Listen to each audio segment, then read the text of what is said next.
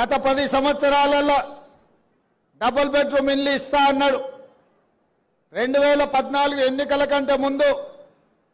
డబ్బా ఇల్లు వద్దు డబుల్ బెడ్రూమ్ ఇల్లు ముద్దు కొడుకు కోడలు ఉంటే యాడుంటారు పండుగ పూట బిడ్డ అల్లుడు వస్తే యాడవంటారు గొర్రె పిల్లనో మేక పిల్లనో ఉంటే యాడ కట్టేసుకుంటారు అని పేదవాళ్ళ కలల మీద కేసీఆర్ ఓట్ల వ్యాపారం చేసిండు నిజంగానే ఇంతకాలం ఇల్లు లేక కిరాయింట్లలో ఉండలేక కిరాయి కట్టలేక సొంత ఇల్లు ఉన్న గుడిసెలోనో పేద ఇంట్లోనో ఉండే ప్రతి పేదవాళ్ళు ఆలోచన చేసిండ్రు